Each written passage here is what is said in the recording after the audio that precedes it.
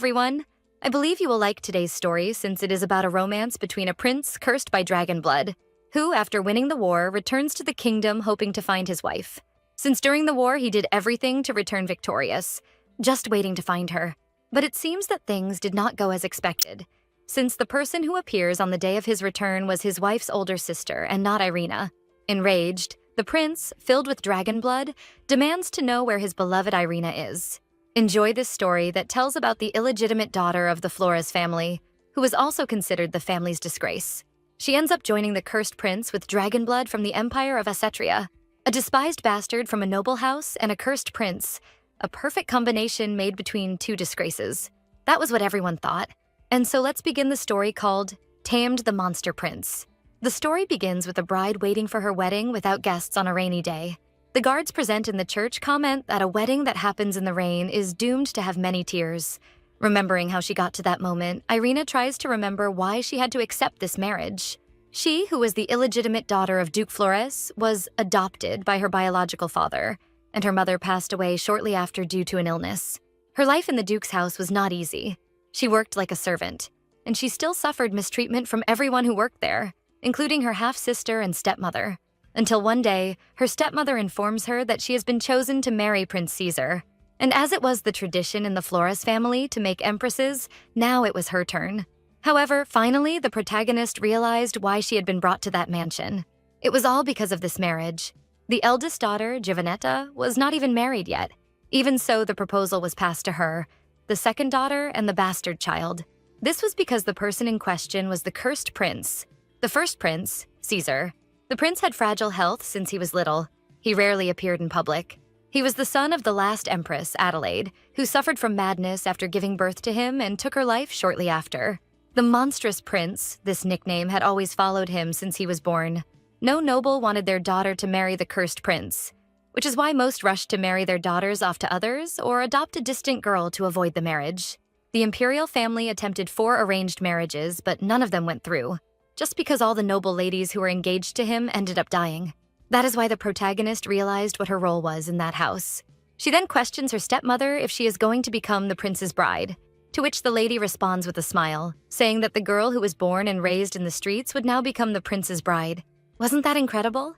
Irina knew that the cause of the previous bride's deaths was never revealed, but people gossiped that it was because of the prince's curse.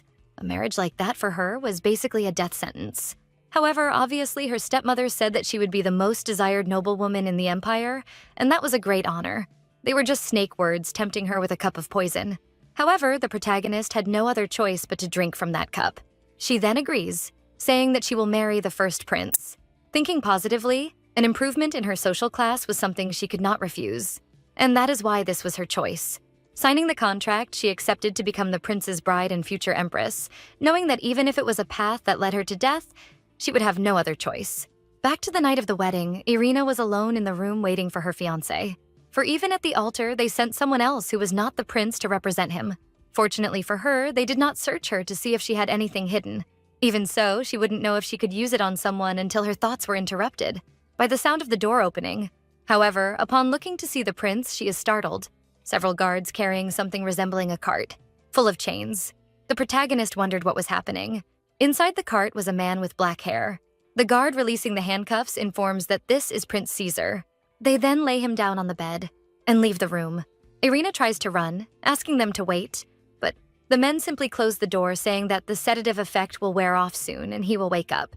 This does not help our protagonist at all, who does not know what might happen to her. She questions what she should do since the marriage education she received did not mention anything about this. Although he is cursed, he is still a prince of the empire, and she is being treated as if she were an animal in that cage. Irina decides to approach, to get a better look at the prince. Even scared, she stands right next to the bed, realizing that he does not seem much different from a normal person. However, she ends up seeing something completely unexpected. That man had an arm of a dragon. His face was that of a man, but his hands with black scales and sharp nails were frightening. Suddenly, the prince wakes up as if startled. As he gets up, he seems to feel a discomfort, an incomparable rage, and ends up knocking everything around the room over. A piece of the candlestick falls and rolls to where Irina was hiding, scared for her life. Trying not to make any noise, the protagonist holds her breath. What kind of power is this that destroys things as if it were not even trying? For a moment, the noise stops and Irina wonders if the calming effect has returned. However, when she looks in the direction where the prince was, he is standing still, looking at her with a frightening expression. Thinking that this was her end, Irina remembers people commenting that she was a bastard child, and that is why she was being abandoned to become the fifth victim. Her sister, in the last days she spent at the Flores family mansion, comments that something like her would just be a snack for the prince. So it would be good if she received a gift. After all, anyone would prefer to die than marry a monster and be raped. While crying, Irina knew that she was just something for the Flores family to discard, like a pawn in a game. The only option would be either to die by her own hands or to the monster in front of her. However, there was one thing her sister did not know. Irina takes the dagger she received as a gift and points it at the prince while trembling, thinking that she is a person who has never given up on anything in life and has always suffered to survive. That is why she would never use this dagger on herself. After all, in the end, the one who survives is always the strongest. Desperate as her last resort, while threatening the prince, Irina screams for him to stay away. However, she is startled when she looks into his eyes, while he, not understanding, repeats what she just said as if trying to understand what it means to stay away. She simply orders him again not to come closer. However, the prince does the opposite and practically stands inches from Irina's face, with only the dagger between them. Irina questions what he is doing, not understanding why he is getting so close. But suddenly, as if the prince had been taken over by something, he starts to grunt and walk around the room after a noise. Irina tries to understand what he is doing, but the dragon just falls to the ground with his hands on his head, while trembling, which makes the protagonist realize that he seems to be afraid. But she cannot understand what exactly he is afraid of, until she realizes that outside another thunderclap cuts through the sky, making a loud noise. Thus, she can perceive that he is probably afraid of the thunder. After the noise passes, the tremors improve a little, and the prince, with tears in his eyes, looks at Irina seeking comfort, which leaves her perplexed since a man known to be a monster is trembling in front of her, afraid of a thunder. However, if she is right. Thus, the protagonist, even scared and trembling, brings her hand closer to the prince's face, until she touches him, believing that he is not actually a monster, but just a beast in fear. In this way, she tells him that it is okay. After all, the noise is loud, but it will not hurt him. Realizing that he is calmer, Irina says that nothing bad will happen. But of course, things are not that simple. For at that moment, another thunder illuminates the window, making a loud noise. The man screams as if he is trying to hold back an internal pain, but his dragon hands begin to twist. Irina panics again, trying to calm him down. Realizing that perhaps she will not be able to, it might be better to use the dagger again. However, fearing that he might react violently, Irina tries to reach for it without alarming the prince. It seems that it is too late because he grabs her hand, thus trapping it beneath him. At this moment, Irina realizes that the prince's appearance is completely different, with fangs and scales on his face. He presses the wound she just made with the dagger before falling to the ground with his claw. And as if drawn to it, the prince approaches that wound. The defenseless protagonist thinks about what she could do to get free, but he is much stronger than her. But she is surprised by something warm in her hand. As if he desired her blood, the prince licks the wound. Soon after, he bites her hand to draw more blood. Realizing that he has loosened his grip on her, Irina manages to sit up and asks him to stop. When she looks at the prince again, she notices that his appearance has returned to that of a human again, with that innocent look. No matter how much she can't understand the reason, Irina believes it is probably something related to her blood. Realizing that this way he no longer seems like an uncontrolled monster, but just the oversized beast. After some time, he ends up falling asleep in the protagonist's lap. She is impressed by how he can sleep as if nothing had happened. Although he acted strangely, it didn't seem like he wanted to hurt her. She believes that maybe he could just be in a situation similar to hers. The important thing now is that, contrary to what everyone imagined, she managed to survive this night. As the sun rises, the guards open the door complaining that they will have to clean up a body again. But the situation is not at all what they expected. Irina is still sitting on the floor asking them to be quiet while the prince sleeps in her lap. However, the shock is so great that one of the guards ends up dropping his spear on the ground, making a very loud noise. This startles the prince, making him go into defensive mode again. Irina quickly hugs him and asks him to control himself and not do that. This seems to be quite effective since he responds quickly. And as always, he just repeats what she just said. The protagonist agrees and tells him not to do that. Besides promising that she will do everything possible so that no one hurts him again, he should behave, which the prince finally seems to understand and responds in agreement. Shocked by the interaction between the two, the guards are still standing at the door, until one of them asks to report quickly to His Majesty. Meanwhile, in the palace garden, a maid informs the red-haired woman that the first prince and his wife safely completed their first night of marriage. Beside the woman, two clearly injured maids tremble while kneeling. This is Empress Cornelia, who finds the news incredible. Cornelia had been the emperor's mistress since he was still the crown prince, but only after the death of the former empress did she obtain the title. Her son Matthias was the second prince, and it took 20 years for him to be considered the true son of the emperor. The maid questions what they will do with the girl, trying to avoid the word bastard since Cornelia is extremely sensitive to this topic. To which the woman responds that now that the two are officially married, his wife will need a residence. And she orders the maid to inform everyone that the prince's wife will stay at the Jade Peridot Palace. The maid agrees, knowing what that palace truly is. Cornelia questions the girl's name again, to which the maid responds that it is Irina. Then Cornelia says that they all die so quickly that it's hard to keep track. And she questions how long this one will last, joking that perhaps this one could even manage to steal Cornelia's own place. Asking the maid to inform Irina that the empress would like to have tea with her soon. A priest was called to verify the situation, saying it is a miracle. It is impressive to see that the young lady is still alive and expected from a descendant of the Flores family.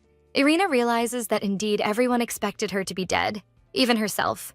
Seeing the maids take away those blood-stained bed linens, she remembers what happened last night and her hand wound. However, it was good that it happened this way, because now no one can contest that the marriage is indeed valid. When she believed she could finally breathe because she was safe, the protagonist was taken to her new chamber in the palace. That was the place the empress arranged for them. A practically abandoned, dirty place, looking as if it were in ruins. The empress's maid tries to pretend that it wasn't intentional and that everything just happened suddenly, and questions if perhaps the lady did not like the residence.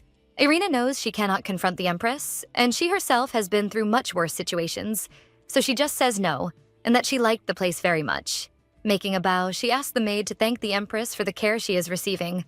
The woman says goodbye and tells the princess to rest now. Once inside the residence, it doesn't seem so dirty. And lying down on the bed, Irina is able to breathe for the first time in days. She thinks that even though it is an imperial palace, nothing seems very special or different from what is outside. But if she thinks about the treatment she received at the House of Flowers, the situation here is somewhat modest. The maid knocks on the door, saying she will be responsible for the princess's bath. And when she enters with a bucket of water, Irina gets up, saying that she will take a bath herself, and that from this moment on, the maid does not need to help her with the bath. The maid leaves, and when Irina tries to get up, she realizes that her heel is quite hurt. Later, at mealtime, Irina is sitting alone at the table with a plentiful amount of food until she asks where the crown prince would be. The maid replies that he will arrive soon. She remembers that the empress's maid communicated that both the crown prince and the princess would stay at the Jade Palace. Hopefully. However, he had not appeared all day. Irina believed that if he stayed together, it would probably be good for her, since, like it or not, he is the crown prince. Suddenly, a guard says that the crown prince has arrived. Irina is happy that he finally appeared, but not in the way she expected. Again, he is full of chains on his body, imprisoned, being dragged by the guards. The protagonist is outraged. It is absurd what they are doing to the prince. The guards still shout for her not to approach, as she might get hurt. The prince is clearly uncomfortable. Then, using his dragon strength, he breaks the chains. The guards panic, shouting for everyone to stay away, and the prince then starts to charge at them. One of the guards manages to pull the chain around his neck and restrain his hand with a spear. Meanwhile, Irina tries to free herself from the other guard, asking them to stop treating the prince this way. The poor prince is being choked, pushed, and they put a cloth, probably a sedative, over his face. A few seconds later, he stumbles and falls to the ground. The guards then warn to put the chains back on. Taking advantage of the fact that he is calmer, Irina is perplexed. How is it possible for them to treat someone, a human being, this way? And still, the guard says, before leaving, that he recommends the princess not to touch the muzzle or the chains if she wants to keep her fingers intact. Moreover, he gives her something, which Irina believes to be a sedative, leaving just the two of them in the dining room. She realizes how hurt the prince is, not understanding the reason for so much aggression. Looking closely at the prince, Irina notices that he did not have any of those injuries on his face in the morning. Furthermore, why do they keep putting a muzzle on him, as if he were an animal? How will he be able to eat in this condition? Until she notices something on the floor. Apparently, raw meat and animal tongue. Horrified, she can't even imagine what the prince has been going through in this castle until today. in disbelief how cruel humanity is to both of them. But she is interrupted by the prince complaining. She then says that she will free him quickly, and remembers the soldier's words advising not to remove the chains or the muzzle if she wants to keep her fingers intact. Hesitating for a moment, Irina decides that this doesn't make sense. It is not normal to treat a person this way. So she calls out his name, Caesar, and warns that she will free him. He protests, but still, Irina pulls to remove the muzzle first, saying that she will not hurt him. And as soon as she removes it, she looks at the prince's face, still irritated, and tells him that he is fine now, that he doesn't need to worry. However, he starts to writhe again, as if trying to hold back a very strong pain. Irina notices that those dark scales have reappeared on his skin again, and with a roar, the prince manages to break the shackles. Irina gets up, stepping back a little, apprehensive about what is happening, and those words from the guard do not leave her mind. She remembers the sedative he gave her, saying that if something happened, she just had to throw that jar in the prince's face. Then, she finds the jar in her pocket, wondering if she should use it, but Caesar manages to hold back that rage, while Irina trembles, scared for her life, holding the vial. The light reflecting on the lid of the vial in her hand makes the prince remember the shine that the light makes on the tip of the spear that hurts him, and again, he starts to lose control. Irina slowly approaches, telling him that it's okay, that everything will be fine, but he can't contain himself. With a quick strike, he hits her hand, causing the vial to fall to the ground, and Irina realizes that maybe he really has lost control this time. She thinks that if she used the vial, how different she would be from those people who mistreat him and treat him like an animal. Feeling a sharp pain in her hand, Irina realizes that when he pushed the vial from her hand, he ended up making a cut. She notices that it's a similar situation to what happened the night before, and he managed to return to normal as soon as he licked her blood. This is her only option at the moment to calm him down. Offering her bloodied hand, Irina asks if the prince wants this, and if he does, she will give it to him. Still without a response, the prince just growls, not moving from his spot. While trembling, Irina keeps her hand outstretched so he can see the blood. He quickly approaches and drinks the blood from her hand. The protagonist feels a wave of heat coming from the spot where he is touching, but witnesses him returning to normal and calming down again. In this way, she realizes that, for some reason, every time he takes her blood, he can control the dragon inside him and return to being human. It would be better if no one found out about this, especially since he already has the curse of having dragon blood. And now, if people discover that he has a thirst for blood, it will be worse for him. Irina pulls her hand back, a bit embarrassed, saying that it's enough. However, he holds her and brings his face closer to hers.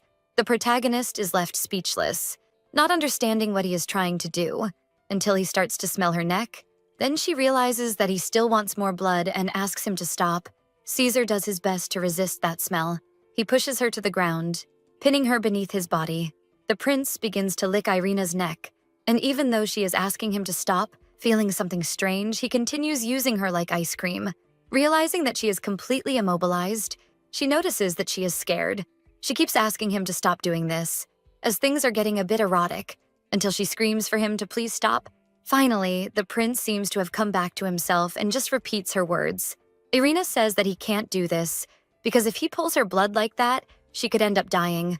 Upon hearing these words, the prince seems to understand and is in shock, just saying no. The protagonist agrees, saying that she doesn't want to die, so he shouldn't do this. Caesar reaches out and wipes the tears from her face, saying the word no several times as if he really feels bad thinking about it. Irina realizes that he probably understands what death means, which is why he was upset thinking that she could die.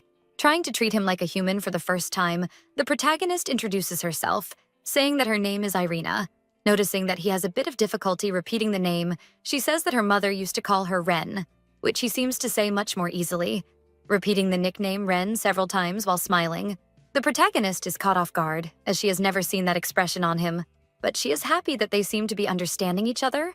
Irina explains that now they are married, which the prince just repeats the word without fully understanding the meaning. She knows that no one expected her to survive this marriage, especially the empress who rejects her and Caesar. So it doesn't matter what position Caesar has today in the palace, but she knows that he is her only ally at this moment. Then she explains to him that she is on his side, which clearly confuses the prince. So Irina explains that they are like a team. Therefore, if anyone tries to hurt him again, he must tell her immediately. He questions what it means to hurt, but as soon as she responds that it's what those guards do to him, Caesar becomes clearly irritated. Shouting the word, No, several times. With this, the protagonist knows that negative words are recognized much more easily by him. This proves that he must have been very mistreated in this place. Raising her hand, Irina says that they should make a promise. Obviously, the poor guy doesn't understand anything. She takes his hand and intertwines their pinky fingers, saying that this means a promise, asking if he understood. Smiling, the prince says yes, promise. But Irina knows that he must have understood the word, but probably didn't comprehend the meaning. Returning to the reason why they came to this room, which was because of the food. The protagonist corrects Caesar, telling him not to eat with his hands and to try using utensils. She even tries to show him practically how to do it. However, looking like a little bird waiting for food in the nest, he just opens his mouth to receive the food from the fork. Unable to resist the cuteness, Irina feeds him. He happily accepts it while chewing. The protagonist realizes that although he has an adult body, his mentality seems very much like that of a child. Suddenly, someone interrupts them by knocking on the door. As soon as the person enters, both of them go on alert. An elderly lady approaches, calling him, "Your Majesty." The surprised prince calls the person Meshe. Irina notices that the prince might know this person and asks who she is. The lady apologizes for her arrogance and introduces herself as Mercedes, the servant who took care of the prince. She explains that she has served the prince for many years, and as soon as she learned that they had moved to the Jade Palace, she came as quickly as possible. The protagonist realizes that she was probably the prince's nanny and also served the former Empress Adelaide. However, the lady comments that the prince has been much more sensitive lately, and she is worried because the knights have stopped using the calming potion recently, which shocks the protagonist that the lady knows what is happening and hasn't done anything until now. But before she can argue further, she notices that the lady is crying. Mercedes then apologizes, saying that she simply didn't have enough power to prevent this from happening to the prince. Irina is moved and thinks that perhaps that woman hasn't done so much harm after all. But giving my opinion, I don't trust her. And I think the protagonist shouldn't trust her either. If that lady really served the former empress, she probably came from a noble family of great prestige. Even so, the protagonist noticed that she has very calloused hands from doing domestic work, and perhaps that was for the prince's sake. Mercedes asks Irina how she managed to control the prince. After all, he never listened to anyone before, and in the past, he sometimes even refused her care. Therefore, she would really like to know how the princess managed to calm him down enough to be sitting at the table eating now. Irina remembers when he drank her blood, but she can't just say that he calmed down by drinking her blood. After all, no one would believe that. Moreover, if the gossip spreads, they might even accuse her of using black magic and charge her with witchcraft. Irina remembers when she was little. She was walking down the street and saw the execution of a witch. When condemned, no matter how noble the person is, they will instantly be worse than a homeless person. The witch was tied to a stake all day while being stoned by passers-by, and in the end, her body was burned slowly until her death. Just to make her pay for all her sins, she must suffer slowly. Noticing that Irina has gone pale, Mercedes asks if she is okay.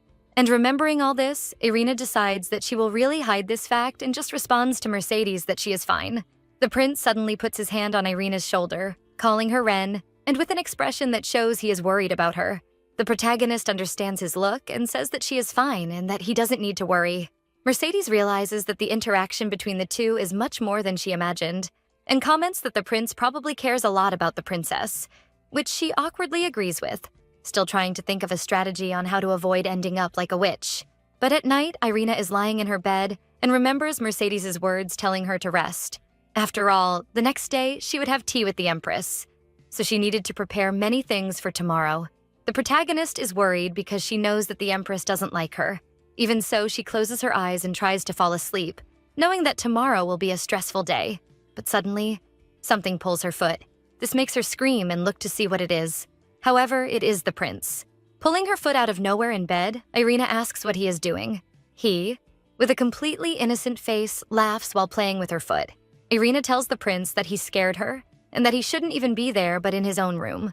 But since she knows that no useful response or attempted argument will happen, she gives up. And while lifting her blanket, she asks him to come lie down beside her, what was clearly the prince's intention from the beginning, since he is happy and responds yes. Lying on his side, all excited, Irene thinks it's perfectly fine for them to sleep together. After all, they are married. Then, she lies down again to try to sleep. However, the prince starts to move in bed, getting closer to her, and he stops just when she calls his name. Irina starts to laugh, thinking that it has been a long time since she felt someone's warmth while sleeping. The prince this time doesn't understand at all why she is laughing. Then she asks him to come closer, saying that if they hug, they will sleep better, which the prince agrees to, calling her by the nickname Ren as she drifts off to sleep. He then gets up and gives her a goodnight kiss on the cheek. This shows that this prince is much cleverer than we imagine. In another room in the palace, someone asks the butler if the bride survived. He agrees. A man with red hair is shirtless, lying on his bed, commenting that probably the elders will be very excited about this news. Very handsome, by the way, but clearly problematic. This is Matias de la Rosa, the second prince of the empire. The fundamentalists among the conservatives support Prince Cesar as the heir apparent, even ignoring his mental state, only thinking about his legitimacy as the first prince. What Matias knows is that, in fact, what they want is just a puppet as emperor. Due to the long war with the demons, 3 allied powers were established on the continent: the Assetria Empire by humans, the Hibarium Forest by elves, and Stoican, the Union of the Dwarves Steel. Therefore, the Emperor of Assetria can only be recognized if all allies agree, and he knows that the other 2 monarchs have always wanted an emperor who would be favorable to them. Matias asks the butler which noble house the lucky girl came from, to which he replies that it is from the house of Duke Flores. He then remembers that it is indeed the house of the hero who hunted the light dragon. Perhaps it is true that the blood of the great sage can suppress that of the dragon. He also comments that it is impressive how they could give their daughter to that idiot. The butler approaches and whispers that, in fact, she is an illegitimate daughter, and Matias says that her mother must have been furious. After all, a descendant of Cosimo is still a descendant. Before the butler can respond to this comment, the prince says he doesn't want to know more about this subject. Putting on his clothes, he says he never had the habit of watching women on the brink of death, but if he had known she would survive for so long, he might have shown up at the wedding, saying that it doesn't matter since they will meet soon. Elsewhere, a man shouts, telling the person to confess the truth immediately, saying that the maid touched Her Majesty's belongings. While crying, the maid says it wasn't her. She swears it wasn't. The others shout that it was indeed her, that she is guilty. As they drag her out, she screams that no, that in fact it was someone else who touched the belongings. At this moment, Irene wakes up from her dream, but unable to remember 100%, she only has the feeling that she had a very serious dream. Realizing that the prince is sleeping beside her, Irina comments that with his eyes closed and sleeping, the prince really looks just like a very handsome nobleman. A commotion begins to happen outside, and Irina wonders what is going on. One of the maids notices that the princess coughed inside, so she probably just woke up. At the door of the room, she asks if the princess needs anything, while the other maids are clearly irritated about something. Irina cannot understand why there are so many people at her door and what is happening. She then questions why there is such a commotion.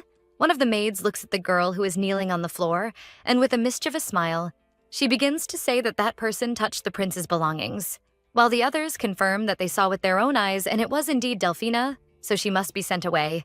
Irina is impressed by the lack of respect from these maids. Calling then the one who seems to be the leader, she asks her to explain what is really happening.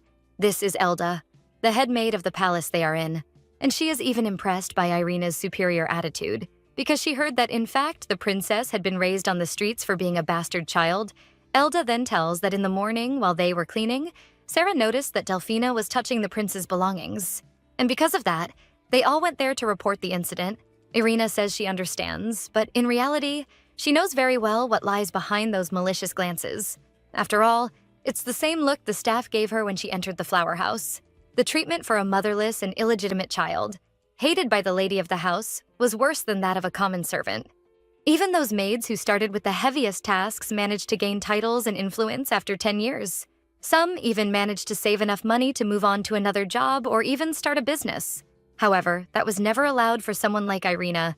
Bearing the name of the flower house, she was doomed to stay in that house for the rest of her life, being treated worse than a servant for over 10 years within the duchy. Precisely for that reason, she can perceive the true intentions of those maids. This was supposed to be some kind of prank, where in reality, the Lord cannot know if that valuable item was really stolen or not. The protagonist then draws Elda's attention, asking if this wouldn't be her job, saying that this is totally rude on her part, failing to properly handle her master's belongings and neglecting the education of her subordinates, and on top of that, making a scene outside the master's room, even before they woke up. Irina questions where her manners are. Elda tries to retort, saying it was unintentional. However, Irina stands firm, saying she doesn't want to know what happened, but how Elda will behave in this mansion. The others, realizing the authority, begin to see that it won't be as easy as they imagined. Irina knew that what they thought, that a woman who married a prince who is a monster wouldn't have such authority or even the audacity, was a mistake. So Irina asks who ordered them to work in this palace. Elda replies that it was an order from Countess Elvira. The protagonist further accuses that Elda's arrogance is tarnishing the Countess's name. Elda is shocked to think that this could really be seen unfavorably by the Countess. Irina confirms that she should then report everything that happened directly to the Countess, which clearly frightens the maids. The protagonist knows that if they are not afraid of her position, they probably fear the person who ordered them, and that's why she invoked the Countess's name. And the response was immediate. Elda kneels, asking for forgiveness, saying it's her fault, that it was just a mistake, and that she will take responsibility for it. Irina is tired of hearing so much nonsense from these women, talking about guilt, negligence, mistakes, as if they had never done this before. Precisely on the day of the wedding, they commented that a bride who marries on a rainy day will only shed tears while laughing at the situation. And that's why Irina knows that everything started that very morning of the wedding. And if this is just a revenge to survive in this palace, Irina will need to show her strength. They all scream, asking for forgiveness, saying they were wrong. Turning to go back to the room, the protagonist says that if they are going to continue causing a commotion there, she doesn't want to see any of their faces anymore, and therefore, they must leave immediately without drawing attention. Noticing that the first accused is still quiet and crying, Irina remembers the rude words they used against that girl. Then Irina realizes that she dreamed of this moment yesterday and wonders if she might be imagining it. However, in her dream, she was sure that the one responsible for everything was precisely the one who was most hostile among them. Irina questions whether she is going crazy or if she really saw the future. She calls one of the maids who is further back and tells her to go call the guards, warning to bring the guard immediately. While the rest will wait in that same place, as soon as the guard arrives asking if the princess called, Irina calls that girl who is being rude and accusing the other. The girl panics, hiding her pocket, saying it's nothing. Well, the protagonist orders the guard to check what's inside that pocket. While the guard holds the girl, she continues screaming that she didn't steal, that it was the very Delphina, and that the princess can't do this to her. However, as soon as the guard gains access to her pocket, he is also surprised, showing a diamond necklace that was there. Irina, confronting everyone, says that they were sure that the one who touched the prince's belongings was precisely the Delphina. So why is the stolen object in someone else's pocket? At that moment, even Elda doesn't know what to say, as she was also deceived. Irina says that theft is a serious matter and is usually punished very harshly. Then she orders the guards to take everyone for interrogation. Delphina, who is the only one left from that mess, is very happy that the princess believed her. Irina realizes that if she hadn't had that dream, or noticed that this was a setup, that girl would probably have been the only one punished. Back in the room, the protagonist sits on the bed and realizes that she can't quite understand what happened, but it made her realize that she needs someone by her side, someone she can truly trust within the imperial palace. At that moment, the prince wakes up and calls her. With the innocence of not knowing the slightest about what just happened and what is going through the protagonist's mind, Irina tries to ignore all those problems and is happy that the prince has woken up and is calm. She caresses his face, and he seems like a happy little puppy receiving affection, which makes Irina remember how kind and cute he is, while at the same time he has gone through inexplicable things and situations up to this moment. And precisely because of those things, in difficult and frustrating moments, he ended up having to act rudely. She then says out loud that she is determined to change that. After all, they are in the same boat, so she needs to solve the problem for both of them, which the poor prince doesn't understand at all. Just thinking about protecting both of them, she knows that at this moment she will need as many people she can trust around her. And to do that, she needs to talk to the empress as soon as possible. However, someone knocks on the door, interrupting their conversation, saying it is Mrs. Mercedes. She says she was looking for the prince because he wasn't in his room. However, she is surprised to see how close the relationship between the princess and the prince is. And as a way to show that they really are, the prince starts to hug the protagonist even more, who quietly asks him to stop. Mercedes says she has something to tell both of them, that this afternoon there is a tea scheduled with the empress. I don't understand why the protagonist seems surprised since the lady had already informed her about this yesterday, but I think with the mess she ended up forgetting. She says she has something to ask the empress anyway, questioning Mercedes if by any chance the princess has the authority to recruit new servants. Before answering this question, Mercedes says she really heard about the commotion that happened earlier, and the princess did the right thing since the maids were being very arrogant. The protagonist says it was indeed a shock, and asks Mercedes if the servants in this place usually behave this way. and if they have always treated the prince poorly. Mercedes explains that all the servants in this place answer to Countess Elvira, but they sometimes act as if they are carrying the Empress's own power on their backs. Even so, the protagonist questions how they can treat a person this way while looking at the prince. Then she decides to ask a favor from Mercedes. Since Irina came to the palace without any servants from her family, she really has no one to count on here. So until she can get a loyal servant, she asks if she can trust Mercedes. She is clearly moved, saying it would be an honor if her strength could be of any help to the princess. A maid interrupts the conversation, saying that the princess needs to get dressed, as lunchtime is close to tea time. Irina asks if the prince isn't going with her, and Mercedes says that the empress is reluctant to meet with the first prince. And Caesar already shows why, getting furious and saying Cornelia no. The maid is surprised, I believe, because it is the first time she has seen the prince speaking, and even more so in a hostile manner. She is also surprised that the prince is totally against the idea of meeting or talking to Cornelia, which he shows a completely dark expression just by mentioning her name. Irina wonders if the blood he consumed last night is already starting to wear off, and asks the two to leave, as she needs to talk to the prince alone. After the two leave, Irina lies on the bed, waiting for the prince to take her blood, and she realizes that no matter how many times she looks into his eyes, when he is in this form, they always scare her. She calls his name, but that seems not to work. Then he approaches her neck, which she asks him not to do there. He starts to lick her neck, and Irina becomes worried because as she is going to meet the empress, she wouldn't want to have any visible marks. To try to make it easier and not let him mark wherever he wants, she bites her own hand, and the smell of blood seems to have worsened the situation for the prince. Showing the blood dripping from her hand, Irina offers for him to consume it. As if hypnotized, he approaches her hand and bites, consuming that blood. I don't know, but this curse he has is more like a vampire than a dragon. But okay. He then licks a bit more of the blood from her hand, while Irina suffers from the heat she feels when he does this. And as she feels increasingly dizzy, she questions whether it is right to do this and if it will cause any problems. She also hopes that she is not doing anything that will harm the prince. After a while, the maids come in to help the princess get ready. Irina tries to be curt with them, just asking them to do her hair and makeup simply, so as not to draw attention. But since the clever one made a bite on her own hand, now she needs gloves. And the maid asks if she would like help putting on the gloves. Obviously, Irina refuses and puts the glove on herself. Since the guards had already seen that she had hurt her hand on the first night, it's not a problem for her to use this excuse to continue hiding her hand. Already ready for tea with the empress, she says goodbye to Caesar. He clearly becomes uncomfortable and tells her not to go. The protagonist tries to explain that this is something she has to do and it doesn't depend on her.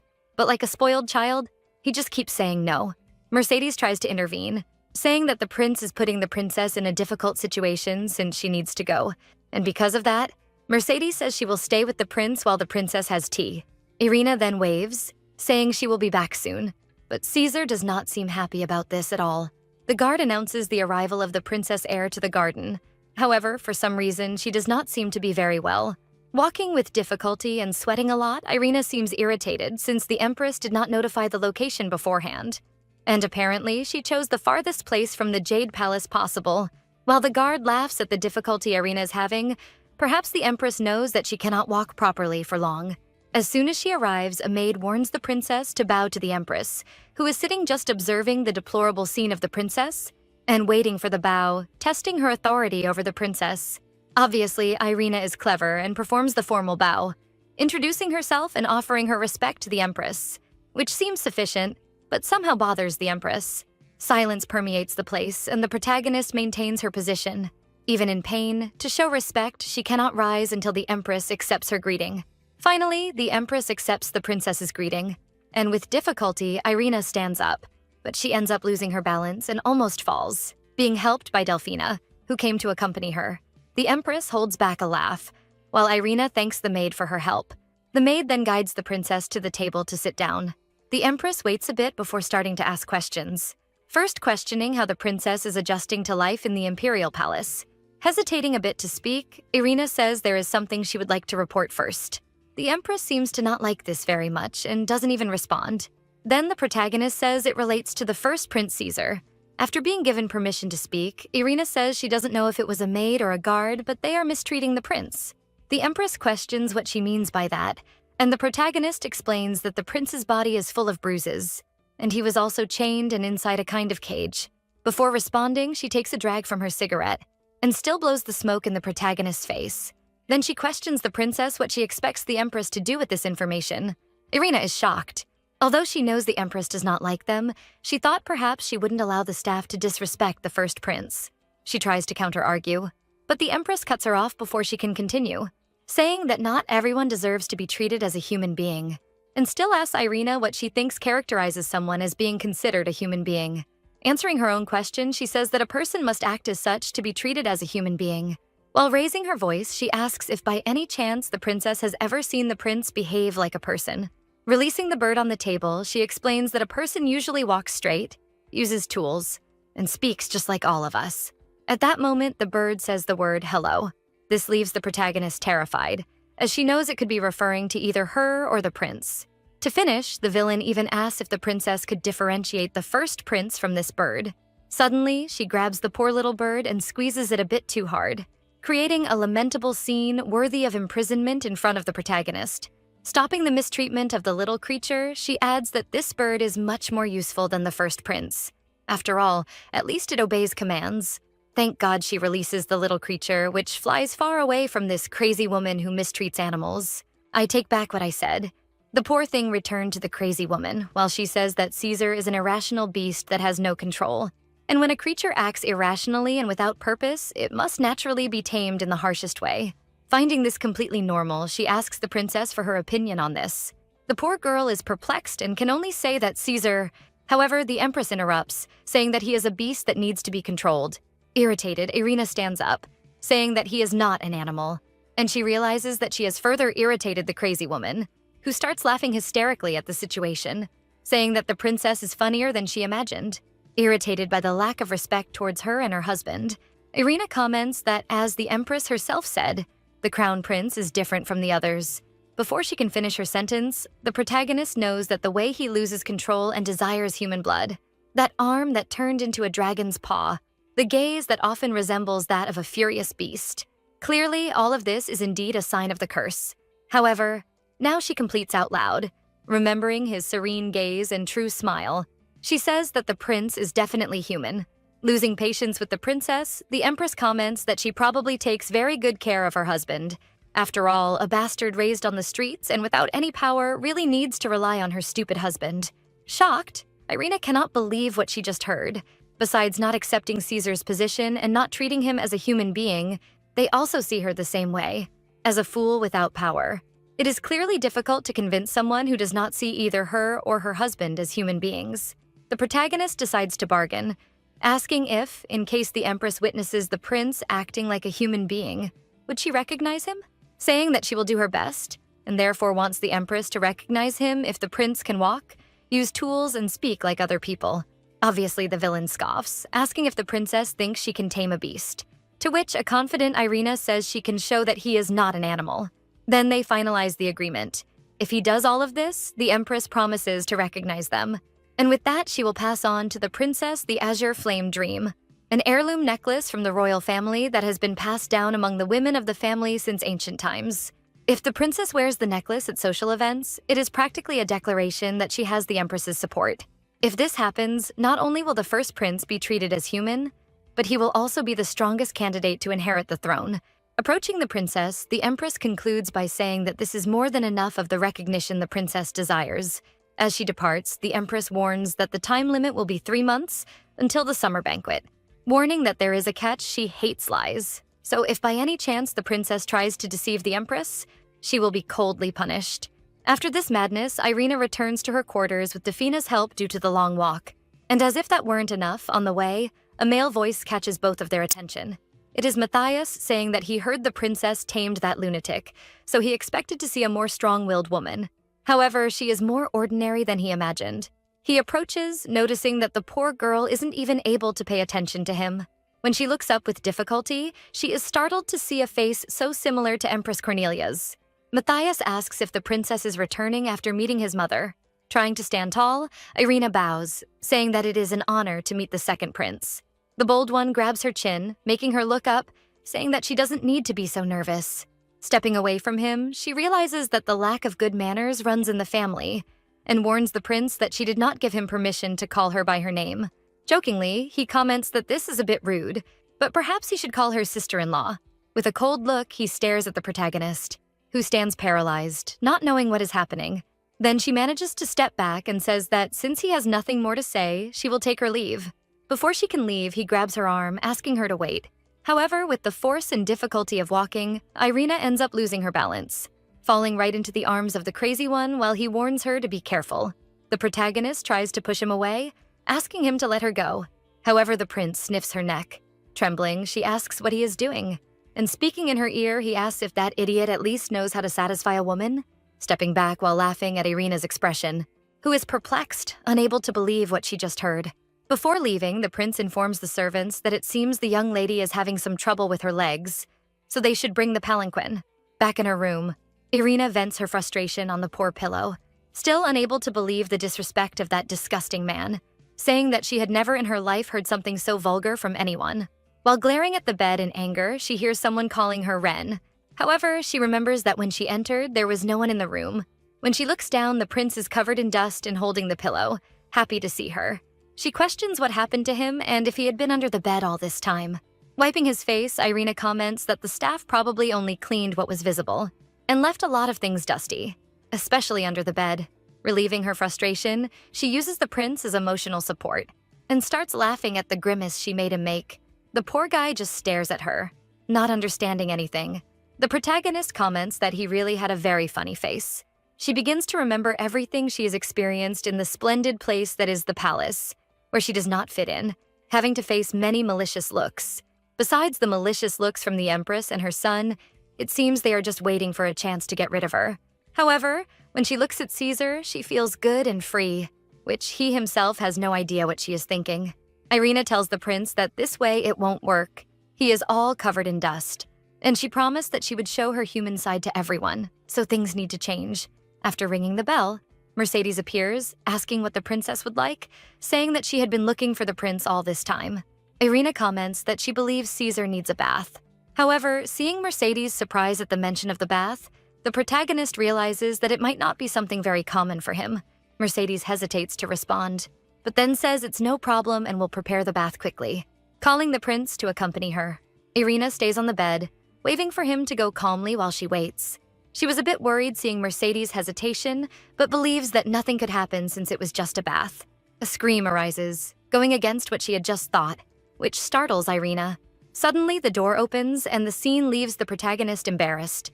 The prince came out completely naked from the bathroom. Upon seeing Irina, he simply runs and hugs her, completely naked. Totally embarrassed, she asks what happened. The poor guy, not knowing what to say, just makes a pitiful face, while the other is looking down with impure thoughts, only able to think that they are very close to each other. Mercedes appears running with a towel behind the prince, explaining that bathing is really quite difficult, which leaves the protagonist shocked that he had never taken a decent bath before. Mercedes explains that he always does this when they try to splash a little water on him. However, the protagonist knows very well if he can't take a simple bath, it will be very difficult for him to act like a human. Irina says that she will help, which catches Mercedes off guard, saying that as a princess, how will she know how to help the prince with his bath? While tying her hair up, the protagonist knows that she has done many manual tasks, but she has really never bathed anyone. However, since helping others is part of marriage, she decides to try. Inside the bathroom are two servants, Mercedes, Irina, and the prince, all there to give him a bath. What the prince doesn't seem comfortable with at all is the people and the story of the bath. But our protagonist is determined, and she will make him act like a human, so he does need to take a bath. One of the servants says he will start pouring the water, and at that moment, Caesar begins to resist. And while shouting no, he ends up attacking the servant with his dragon hand, which knocks over the bucket and injures him.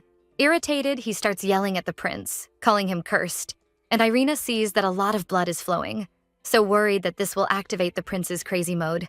She shouts for everyone to stop at that exact moment and tells the two servants to leave. Irritated, the injured one and the other leave. Mercedes asks if the young lady is okay. What she says is yes, but even being careful, this incident still happened. Mercedes then comments that this is why she hesitated when talking about the bath, since it is simply not possible to bathe the prince. He hates it so much, and she has seen it firsthand that it's true. Mercedes then says she will take the prince to change clothes since he will not take a bath. Irina then decides to approach it differently and asks Mercedes to wait. She says that even having judged wrong, it doesn't mean they should give up, as they need to finish the bath properly. The lady retorts that it is absolutely impossible, but the princess says she will indeed make him take a bath. There is a tense atmosphere between the two. Irina asks the prince to come closer. Desperate, Mercedes asks what the princess is trying to do, and she says that she made a promise to the empress that she will make Caesar into a human, like everyone else. The lady tries to argue that this promise the protagonist made doesn't even make sense. However, Irina will not give up and says that this is exactly what the prince needs, to show everyone that he is capable and that he is a human being. Unable to argue, Mercedes ends up conceding, saying that she will leave him in the princess's care and leaving before the princess can contest. After Irina saw how the servants treat the prince, she now understands why Mercedes is so protective of him. She is probably the only person who has taken care of him for decades, besides being the only person who cares at least a little about him. Irina hopes she hasn't irritated her by wanting him to act a bit differently. Looking at the prince drying himself with the towel, Irina sits in front of him and asks why he hates baths so much. However, the prince just shakes his head, saying he doesn't want to, like a child. The protagonist believes there must be some reason behind his dislike for bathing. So she tries to tell him that taking a bath is sometimes nice, since the bath warms you up, refreshes you, and then leaves you smelling good, which wasn't very convincing for the prince. Putting her hand in the hot water, she shows him that getting into the hot water is a way to make his body relax, which even makes him a little interested. Then, Irina realizes something. Maybe he just doesn't like taking baths because of the servants who have always mistreated him. She then warns him that if he really doesn't like those people giving him a bath, he needs to learn to bathe by himself. And for that, she says she will teach him, and that afterwards he will probably be able to do it alone. She takes a little water in her hand and tells them to start slowly, pouring this water slowly on his hand, which he seems to not like very much, but is accepting. Noticing that he got a little irritated, Irina realizes that when the blood of that servant flowed, it didn't seem like the prince became as fixated as he does with her blood, and maybe blood isn't the trigger to turn him into that dragon blood beast. She takes the bucket and says that this time she will pour the water a little higher. While pouring the water on the prince, she asks if it was that bad. However, the image she has is somewhat pleasant, and even she is impressed that he can look so different. For a moment, she feels embarrassed, realizing that if she is going to teach him to bathe, she will also need to be without clothes. The prince, seeing that she turned red, calls her by the nickname, not understanding why she is like that. But our protagonist can only look at some specific places on the prince, since she is not foolish. She approaches him holding the robe and says that he must always keep the robe covering his body. What leaves the prince more confused is that he is taking a bath and she told him not to take off his clothes, what the poor guy just repeats, as if it were a rule. But the embarrassment is greater, and she says that's right. So he always needs to keep his clothes intact so she doesn't slip or open up. Even after that, Irina can only think that she will still have to show him how to take a bath, precisely because he usually learns by imitating, just like he did when she showed him how to eat with a fork. So she starts to undress, saying that it's all because she needs to teach him. We know it's not, but that's okay. She asks the prince to turn around now that she is ready, and even he is surprised when she turns to him. And here you are thinking that a naked woman will appear in this story, but it won't, because our protagonist isn't going to take off her clothes that easily. She is wearing underwear that is somewhat transparent because it's wet and all. But this is the maximum, right, folks? A romance story, there won't always be any raunchiness. Irina's complex, in fact, is her heel, which was precisely an injury she had as a child in a supposed accident, where her sister pushed her down the stairs and even said that Irina was responsible and tripped on her own. Obviously, the people in the house turned against her, especially because the staff looked at her as if she were some kind of insect, and her adoptive mother and sister clearly hated her. You wonder where this child's father was? Well, her biological father spent more time at banquets and nightclubs than at home, so that's why no one cared about her accident. And when she was found in the basement many days later, her leg was already damaged. Because of this, she suffered a lot of mistreatment, where they even said that if anyone touched her, that person would also end up limping, which is why she was afraid the prince would think her leg was also dirty. But of course, Caesar is not conventional at all. The first thing he did was smell her clothes that were on the floor. She asked him to stop doing that and to pay attention to how to take a bath, realizing that all her concerns about her leg or her appearance made no sense at all, which she didn't know if it was a good or bad thing. She decides to show him how to get into the bathtub, showing that first you dip the lower part of your body and then sit inside the bathtub, saying it's very cozy. The prince watches, clearly no longer following the rule of fixing the robe, and only agrees when she asks if it feels comfortable. She then splashes a bit of water on his face, which catches him completely off guard. But with the protagonist's laughter, he seems not to be angry at all, which she found quite cute. Taking his hand, Irina invites him to get into the bathtub, which he seems a bit reluctant about, but he ends up getting into. With both of them in clothes inside the bathtub, she asks him if it's not that bad. The protagonist says she prefers things when they are clean, so she shows that it's normal to scrub your body to clean yourself, saying she would like him to smell nice too. Putting a bit of vanilla lavender essence in the bathtub, she asks him to smell it and see how pleasant it is. The prince says that the smell is indeed good, and here we have the first sentence from our prince. Upon coming into contact with the soap, his hand wound starts to sting, which makes the prince anxious, as it changed the way she was in the environment. For a moment, Irina worries that he is wanting blood again, but he holds her hand and kisses the wound that is stinging. She realizes that his touch is much gentler than when he is looking for blood, and he is probably trying to make a gesture as if he wants that wound to heal. She thanks him while stroking his hair, making him look like a happy puppy for having done the right thing. Thus, they continue the explanations of the bath on how to wash the hair, use the soap. Irina realizes that now there is only one thing left to wash. Exactly. That thing is under the robe. Embarrassed, she realizes she doesn't have the courage to wash something that is totally private to him, so she quickly gets up from the bathtub and leaves, saying that he can take care of the rest by himself, which the poor guy, I believe, has no idea what she was referring to, gets a bit irritated that she is leaving. So he pulls her clothes, telling her not to go. What ends up tearing her clothes because of the dragon's claw, Irina quickly enters the bathtub to hide her body, saying that he can't do that. The prince simply repeats the word no, as if to say that he wouldn't want her to come out of there. The protagonist says that even so, he can't just tear her clothes and warns that if he washes himself properly, she will give him a reward, which he seems to have understood and gotten excited about. Irina instructs him to wash himself as she taught him and to dry himself properly. That way, he will earn a reward. He asks for something good, but in reality, she doesn't know exactly what she should give him. Caesar says he wants one thing. Taking her hand, he places it on his face, saying, "He wants this." What the protagonist understands is that he is trying to say he would like to receive affection from her. Agreeing, she says that if he does everything right, that is what he will have. The next day, Mercedes is impressed with what she just heard. While stroking the prince, the protagonist tells that yesterday he washed himself and changed on his own. Proudly, she says that Mercedes would have liked to see how he did it right. However, the lady seems to disagree, blaming the princess for having dismissed her and not even having helped Her Majesty. Believing that for an adult it would be better to learn to bathe alone, Irina cannot understand what the problem is.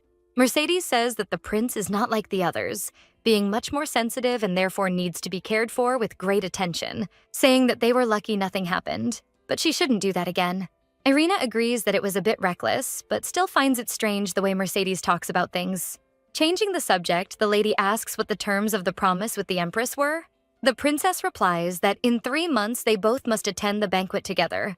Because of this, starting today, Irina will teach the prince good manners. Contrary to what the protagonist imagined, Mercedes simply agreed, and says that if she needs anything, she will be available to help.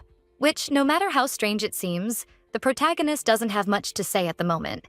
Sometime later, Irina explains the situation to Delphina, saying that she will need her help.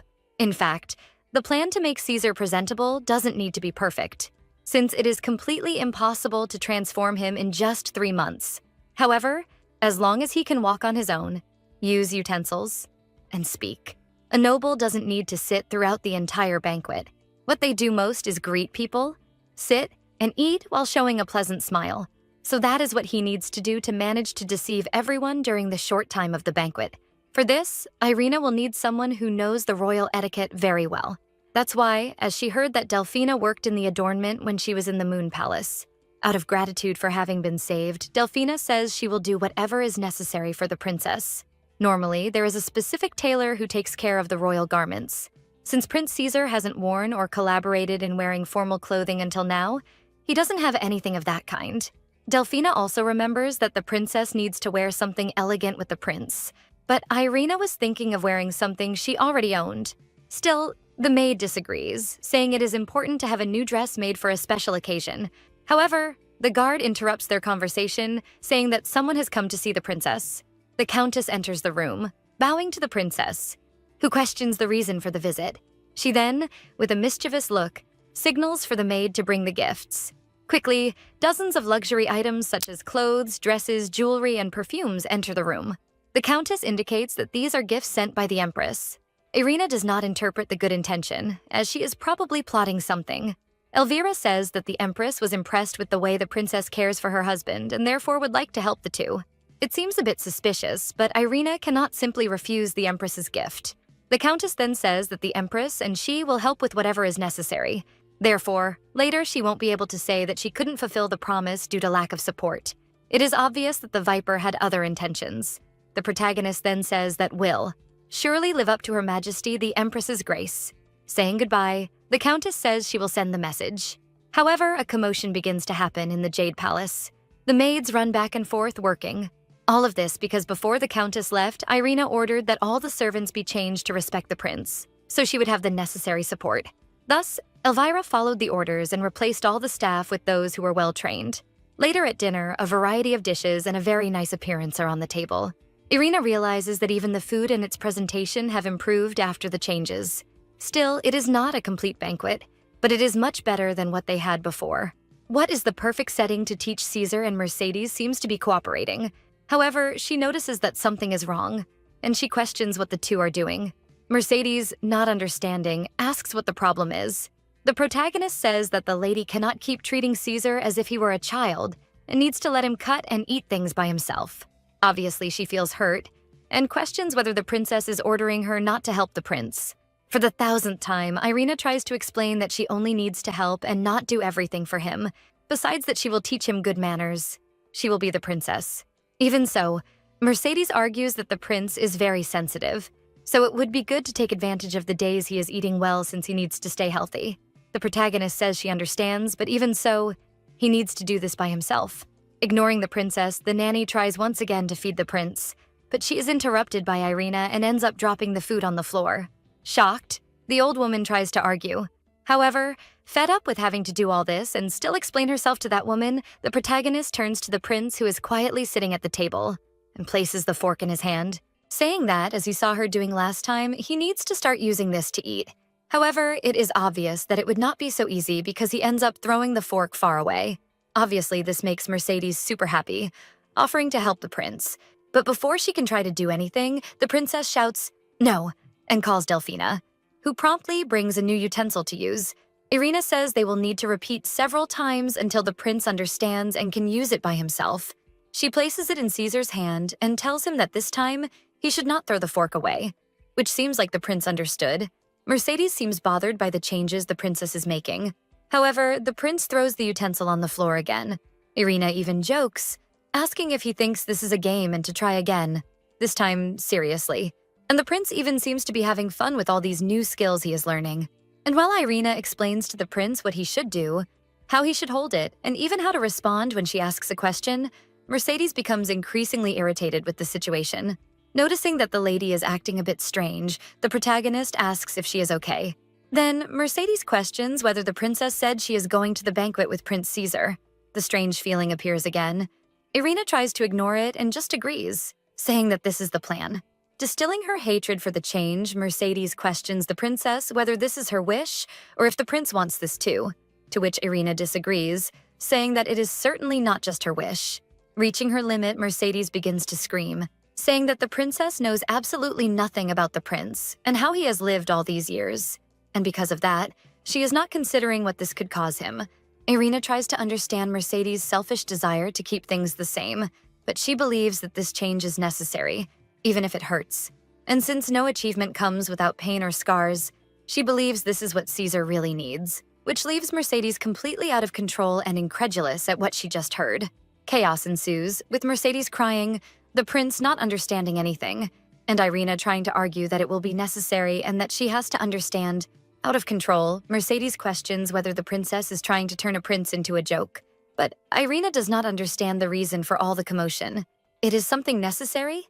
The prince is already an adult and needs to behave as such. Either that lady knows something that only she is aware of, or something is very wrong given the outburst she is having in this situation. She tries to ask Mercedes to calm down, but the only thing that comes out of her mouth is that she will not allow this to happen and will do everything to protect the prince. Finally, the protagonist understands that this affection that Mercedes has for the prince is more of a twisted affection like a poison. And that's why she had that feeling that something was wrong, especially because of the way Mercedes treated the prince like a child. After the discovery of the curse, most people rejected him, even his own mother, the former empress. With her fragile health, she simply went mad and took her own life. That's why Mercedes was the only one who accepted him in his childhood. The problem is that she has a peculiar temperament, always very emotional, and her moods swing to extremes depending on how she is feeling. It's even understandable. If he received this treatment since he was little, that's probably why he hasn't matured to this day. One thing the princess is sure of is that that woman is not helping at all in the prince's development. And for that reason, she tells Mercedes that from now on, she will no longer need her help. Those words were like breaking everything that was left for Mercedes. But the protagonist did not back down and says that the request for help she made last time is being withdrawn at this moment. Mercedes, still shaken, can't even respond. And to conclude, the princess said that from now on, things will be just between her and Caesar. Please, no more interruptions.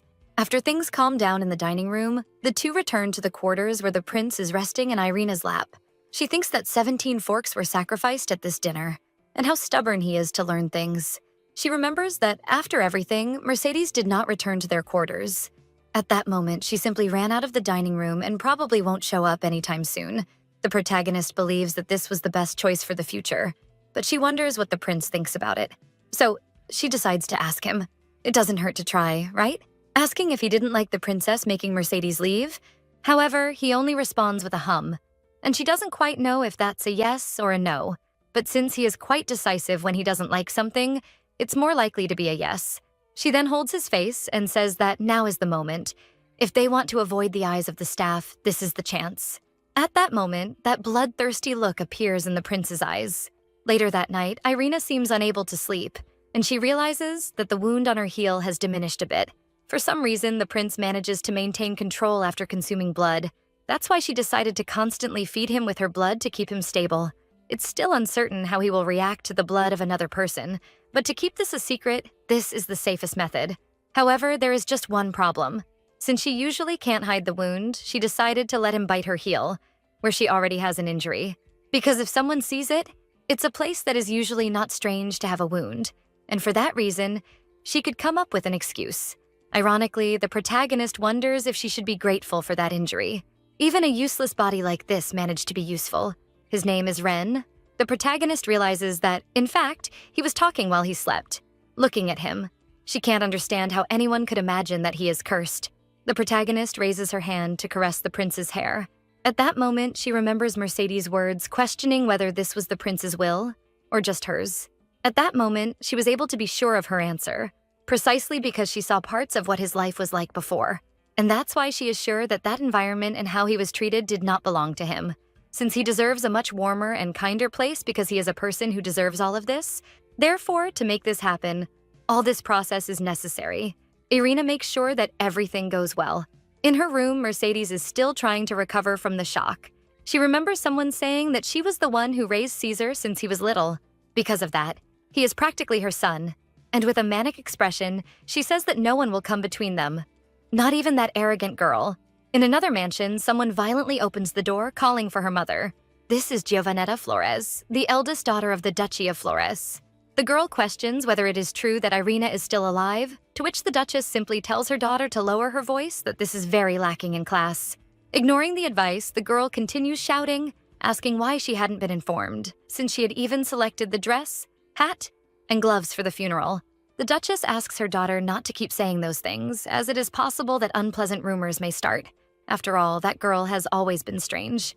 Even when she was little, when she was bullied or pinched, she didn't make a sound or cry.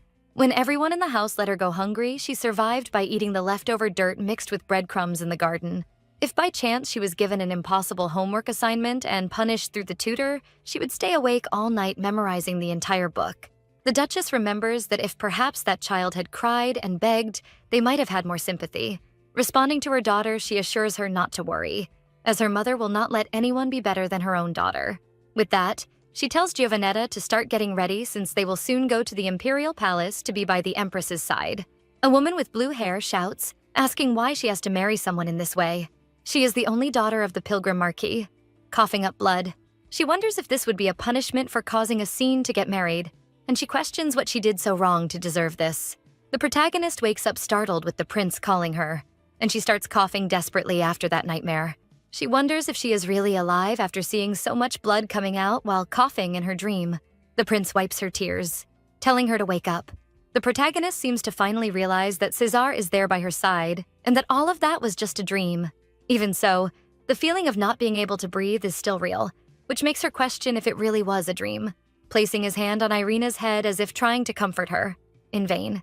The prince just repeats that everything is okay, and Irina remembers that she did this herself earlier, probably why he is copying, which makes her very happy, and she thanks him. Even feeling a little better, Irina still doesn't understand why she keeps having these strange dreams. The prince simply says the word clean. What Irina doesn't quite understand what he is trying to say. Looking like a little puppy waiting for its reward, the protagonist still tries to understand what he was trying to say. He then holds her face and pulls her with his head on his shoulder. She feels embarrassed but can smell something, a smell of lavender. And the prince says, "Ren likes this." Irina agrees and finally realizes that what he was trying to show is that he took a bath by himself.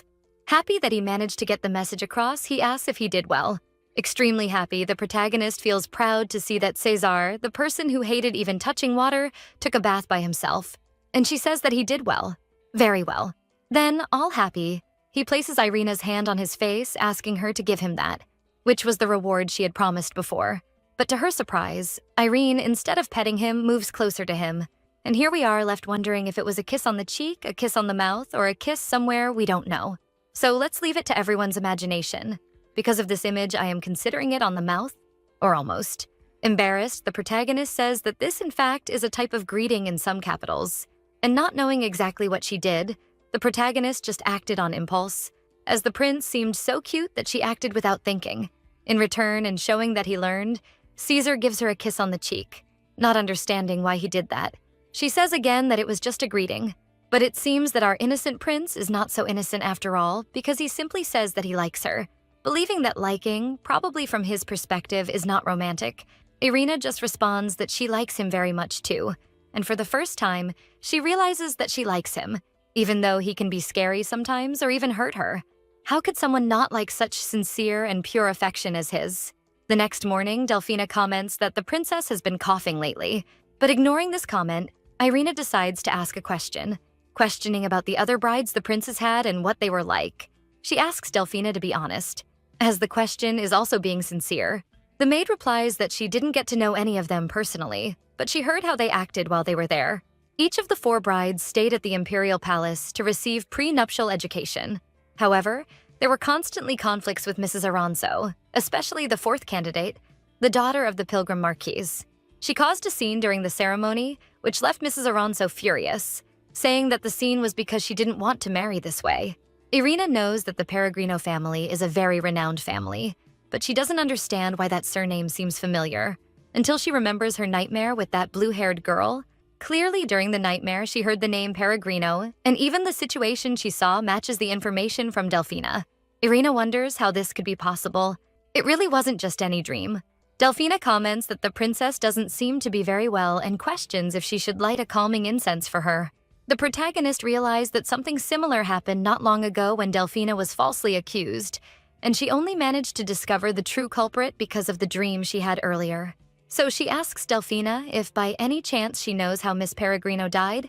The maid hesitates to speak, as this is a delicate subject. The rumor that circulated was that the woman, who almost became the princess heir, was killed by the hands of the cursed prince, and until now, people believe this to be true. And she questions if Caesar could really be capable of killing that young lady. Even though he had some aggressive moments, it always seemed like he was just trying to protect himself and not hurt others. Moreover, the prince she has seen so far couldn't have done that.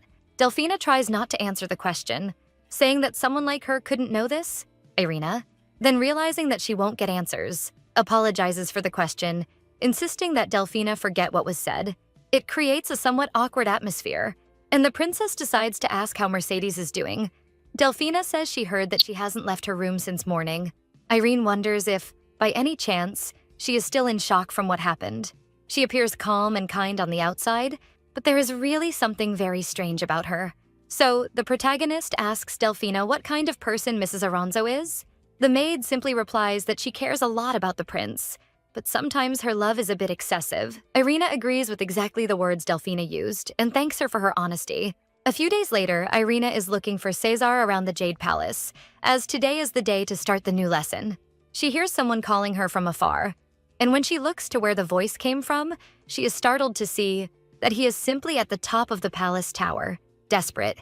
She asks him to be careful, while the prince is calm, as if he were in his natural habitat. He then jumps towards her, afraid of what might happen to him.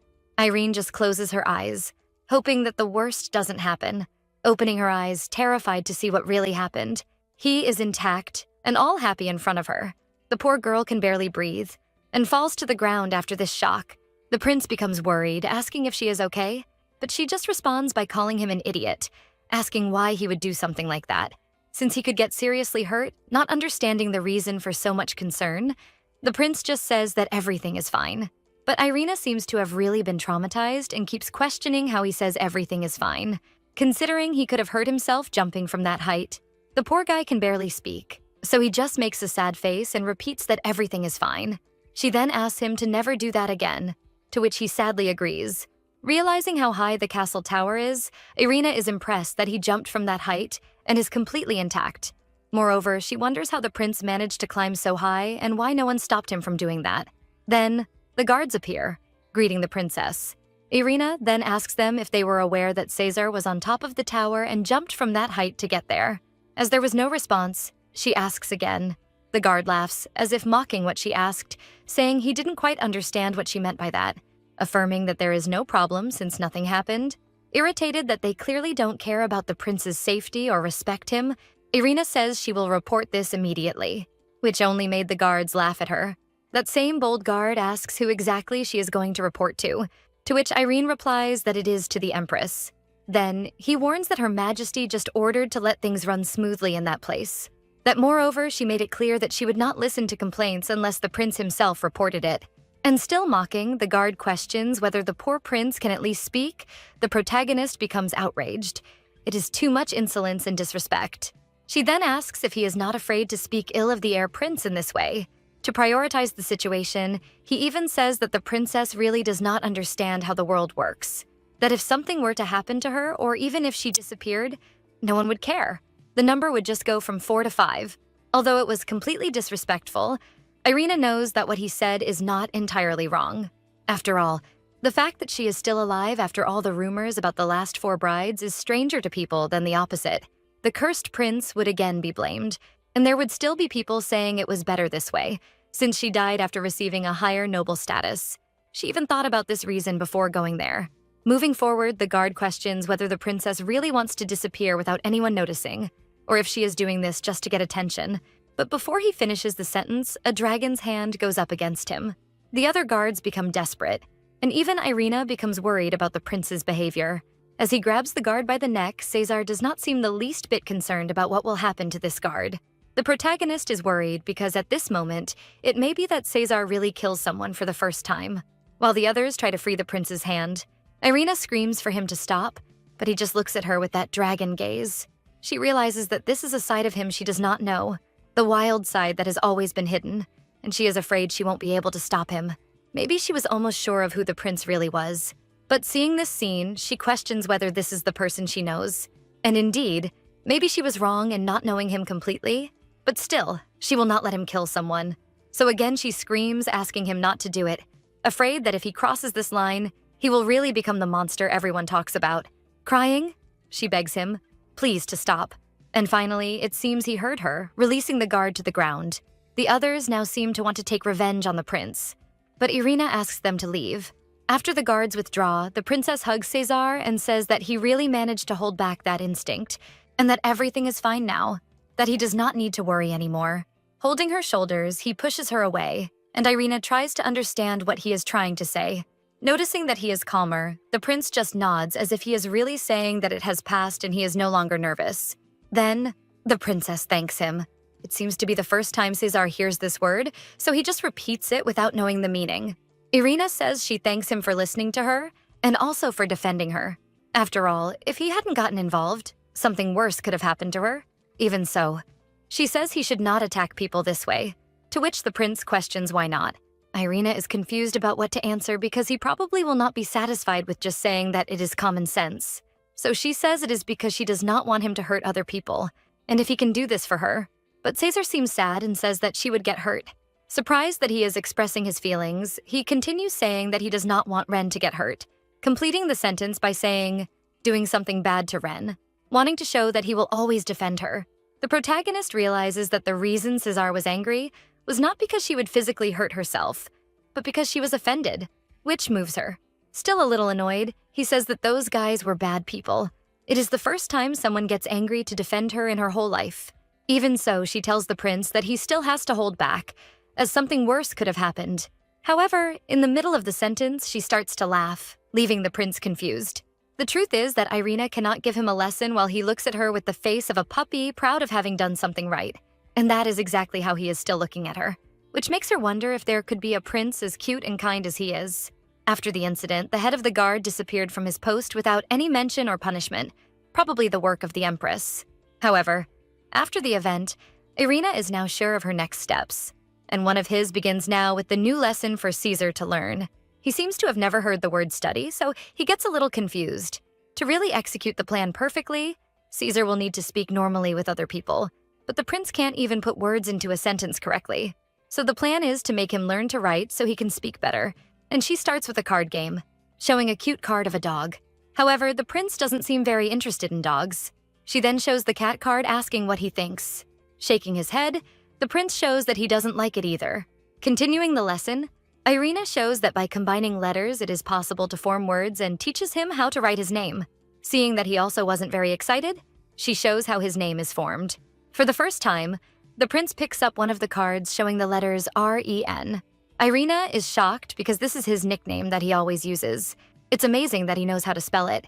She asks if he knows anything else, to which the prince says he knows everything, pointing to girl, marriage, beautiful cake while repeating aloud. The protagonist is really impressed because she didn't think he would know so much. Probably that's why he wasn't interested, since it was too easy.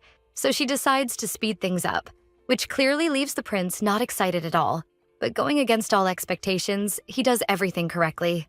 Irina notices that he struggled at first, but after a little while, he is already writing comfortably. She asks if he would like to write on paper now. Positioning the quill in his hand, the protagonist shows him how he should hold it to write on the paper. And throughout the day, they practice writing and new words. Until he finally finishes the entire lesson, Irina is very impressed because not only did he do everything right, it turned out perfect. Looking closely, she realizes that he is not only good at writing, but could even be considered better than her. Caesar's handwriting has dignity and composure. She wonders how she didn't notice this before, but it is clearly signs that he has received education previously. As the first prince of the empire, he is most likely to inherit the throne. He must have had a strict education and imperial training since he was little. Although his mind is a bit messy due to the curse, the signs of education he received are still intact. Irina wonders what other admirable qualities are hidden behind this curse. Emotional and proud, she hugs him, which makes the prince very happy. She asks him what exactly this curse is. However, caught by surprise, the prince just repeats the word curse. The only thing known about this curse is through an ancient legend passed down from generation to generation by the royal family. It is part of the myth of the founding of the Assetria Empire, but even that had turned into an ancient legend that dragon supposedly died hundreds of years ago. How great was its resentment to keep this curse active for so long? If there is one thing Irina is sure of, it is that Caesar does not deserve to be treated this way. Later, Irina decides to tell a story to help with the prince's vocabulary. The story was as follows. Once upon a time in a certain lake, there lived a beautiful couple of ducklings. As a result of their love, they laid several eggs. However, one of those eggs was different, big and ugly, which became a concern for the couple of ducklings. Even so, they believed it was just a small difference, so they kept it warm and safe. However, the duckling that hatched from that different egg was also different from his siblings. He had strange feathers and a black beak. Everything about him seemed wrong. The duckling that was born from that different egg was the ugly duckling. The story resembled that of the prince, where even the mother duck, whom he trusted, abandoned him. Just like the people who judged the prince for the curse in the story, the grandmother, all the other siblings, even the cat, everyone tormented the ugly duckling. Thus, the duckling fell into despair and lost all hope. Who in the world could love something so ugly? These were also the words of one of the prince's brides. One of them decided to take her own life to punish her parents for putting her in that situation. She ran towards the lake, but upon arriving there, She began to regret her choice. How could she leave because of a mistake that wasn't hers? But when she took a few steps back, regretting her choice, someone pushed her into the lake, and not knowing how to swim, calling for help. The only thing she received was more hatred from a person pushing her into the water, telling her to stop resisting and just go away once and for all. The girl felt a pain and wanted it to stop, and if it were a dream, to wake up from it. Thus, once again, our protagonist wakes up from her nightmare. She realizes that it has been some time since she's been having nightmares every day that week, and always related to the prince's former brides. Before, she believed they were very strange scenes that made no sense. But knowing the story, she now realizes what was happening. Sometimes it was a pillow pressed against her face. Other times, a vicious hand pushing her underwater. Physical aggression also occurred, and even poisoned food. The only unusual thing in all these dreams is that the person she is in the dream is always a candidate to be the prince's bride. The protagonist always ends up waking up when the end of that dream arrives. They were all going crazy, just like the protagonist, in the same position. And perhaps if she had been named the prince's bride a little earlier, that would probably have been her fate. Are these nightmares just products of her anxiety? Or is she really losing her mind? The prince calls her, diverting her from those thoughts. And then he kisses her on the cheek, which makes Irina feel more at ease, saying that everything is fine. Even so, Caesar questions whether she is really okay, which the princess confirms and thanks him for waking her up. Since that day, every time she has a nightmare, the prince always wakes her up, not knowing exactly why, but every time he wakes her from a nightmare, he gives her a kiss on the cheek. She then asks how he always knows, since at night he always goes to her room and wakes her up at the moment she is having a nightmare. She then asks how he always knows, since at night he always goes to her room and wakes her up at the moment she is having a nightmare. The prince is confused by the question, but he answers by saying that he just knows, which is not a very convincing answer for the protagonist, but it seems that this is the most she will get. Lying back in bed, she realizes that she hasn't slept well for days, so she is feeling exhausted. She could just think that those dreams are simply dreams and ignore them.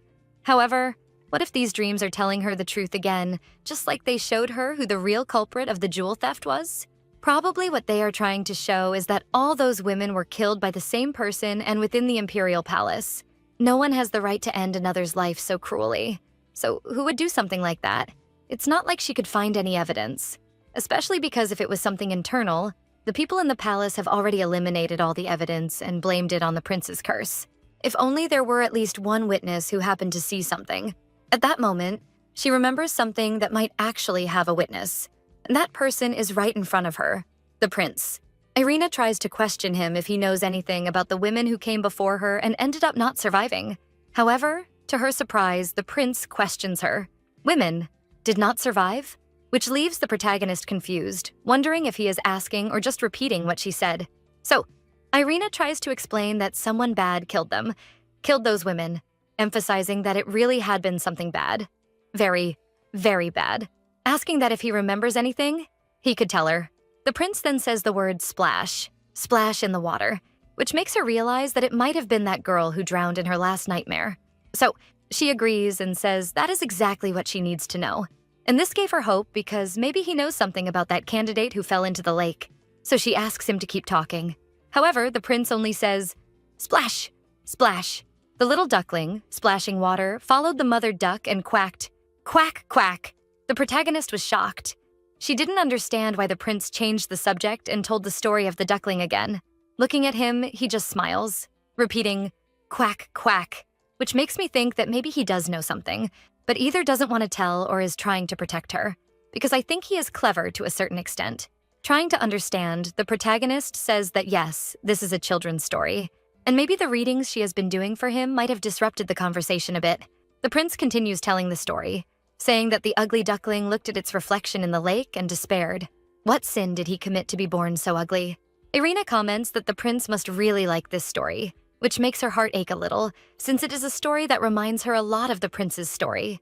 What, apparently to him, makes no sense at all, since he likes the story and keeps looking at her, waiting for her to read the story again. Turning on the light, she says she can't say no to him. Then she takes the book and starts reading the story of the little duck again. The prince interrupts her, asking what exactly love is. Irina, surprised by the question, asks what he said, and the prince repeats the word love again. The protagonist is a bit at a loss for what to answer. How can he ask what love is? It's a very philosophical question and hard to answer. She tries to say that love means liking someone very, very much. Then the prince says that he likes the king very, very much. She smiles, still thinking that he isn't speaking in romantic intentions, which we already know might not be quite that, and says that she also likes him very, very much. Holding a strand of her hair, he says that he loves her. Pulling her hair closer to his mouth, he asks, "And what about her?"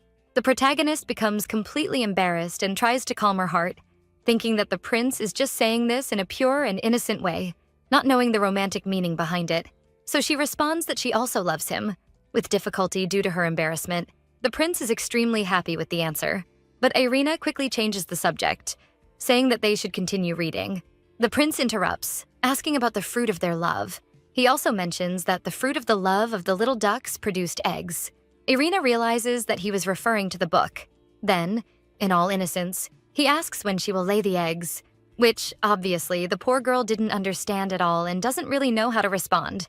Irina questions what he means by laying the eggs, and the prince replies, "The fruit of love," pointing to the drawing of the eggs in the book, repeating that it is the fruit of love. Then, while smiling at her, he tells her to lay those eggs soon, which leaves the protagonist shocked. Since how is she going to explain to him that humans don't lay eggs, but rather have a child, a baby, without ruining his innocence by explaining how the process of having a baby works? Not quite knowing what to respond exactly and where to start, the protagonist tries to say that maybe she can't lay eggs, but before she can explain anything, he asks how many she can lay, and also how she does that. The poor girl can only imagine that she will have to explain how a woman gets pregnant to him, and she definitely doesn't want to do that. While he is clearly very excited to understand how she lays the eggs, embarrassed and sure that she won't be able to tell him the truth behind the fruit of love, she then says that it is with her hands, which the prince doesn't understand, warning that if they sleep holding hands, the eggs will simply appear.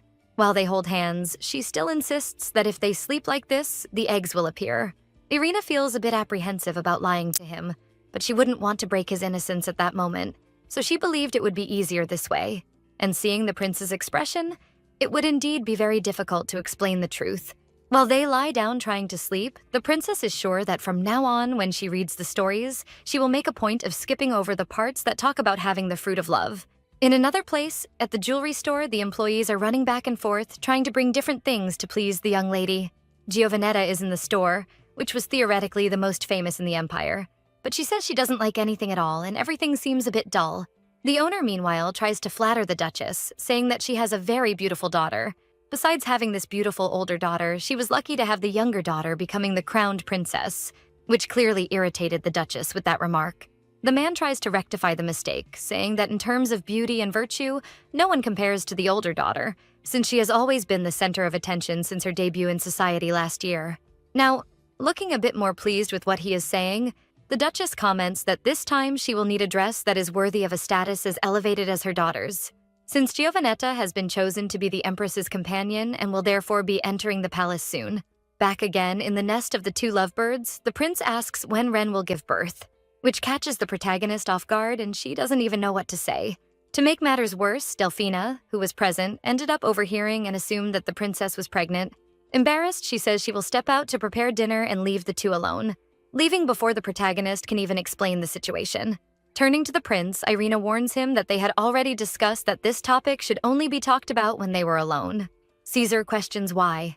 She then says that it is precisely because it is a private matter between them, and if people overhear, they will end up misinterpreting it, which could lead to a big rumor. Even realizing what he understood, Irina knows she cannot keep this a secret and continue with this lie for the rest of her life. Since that night, Caesar hasn't stopped talking about the fruit of their love and when it will happen. Initially, Irina believed that if she ignored it or took her time with the subject, he would eventually tire of it and lose interest. However, he is more stubborn than he seemed. Caesar calls her, interrupting the princess's thoughts, and asks if he could hold her hand for a little longer. Embarrassed, she agrees but says not now. Later. All happy, he agrees, understanding that they should do this while they are alone and in secret. In the palace corridors, the maids gossip, impressed that the prince spends more time in the princess's quarters than in his own. What they previously thought would require cleaning up another body now seems completely the opposite, as the two appear more like a couple in love than anything else. What seemed like compliments were actually filled with malice when one of the maids commented on who would be crazy enough to stay close to a cursed monster like the prince, But another maid replied that maybe he is good at night. They start to whisper, fearing they will be expelled by the Empress, as that is what happened to the last staff. Behind the door, Mercedes listens to everything with hatred for the princess, calling her disgusting and vulgar. Another day, Irina calls Caesar to come closer. The prince is confused, but she says she has a gift for him. Happy, he approaches and asks if it is something good, to which she agrees, saying he will like it. Not knowing what it is, he gets excited thinking it is something good. Embarrassed, Irina takes the item from her back and shows the prince an egg wrapped in a small cloth. Unable to look the prince in the eye, Irina offers the egg to him, saying that she gave life to this egg. The prince is impressed, and I can only think that it would be better if she were honest with him and stopped treating him like a child. He asks if this would be the fruit of their love, to which she agrees but thinks that maybe he hasn't accepted the idea, which even for her was quite absurd. But the poor guy is so innocent that he is super happy to see that he finally has an egg child. Excited, he asks when she laid the egg, to which the lie continues, saying it was this morning. In fact, the protagonist ended up asking Delphina for a bird's egg. Worried, he asks if Ren is okay, and if it was very difficult. Stammering, she replies that she is fine and that it was nothing. After all, Delphina did the work of finding the egg. The innocent prince is totally excited, saying how incredible Ren is for not having felt anything and being perfectly fine. While they stare at the egg, the prince asks if a baby duck will be born from it. Although she wants to just agree with him, that egg is clearly from a chicken, so it is impossible for a duck to come out of it. Sitting down, she says that now that Caesar has seen the egg, it is time for them to read a book. However, the prince is so excited that he grabs the egg and runs out, saying he needs to warm it up. Grabbing a sheet, he explains that he will be careful and will make a nest for the egg. Irina begins to realize that maybe the lie is going too far and reaching a point that is difficult to turn back from, realizing that he even wants to make a nest for that chicken egg taken from the kitchen. Sitting on the floor and all excited, he shows the egg and says it is important to keep the baby warm. When night falls, Irina is lying in bed, and the poor guy is sitting on the floor with the sheet all day holding that egg. She tells him that if he gets tired, he should just leave the egg there and lie down in bed with her. During the night, while Irina sleeps, the prince is exactly in the same position, saying that he really needs to keep that egg warm and safe, precisely because it is the fruit of their love. And that's it, folks. I hope you enjoyed this story.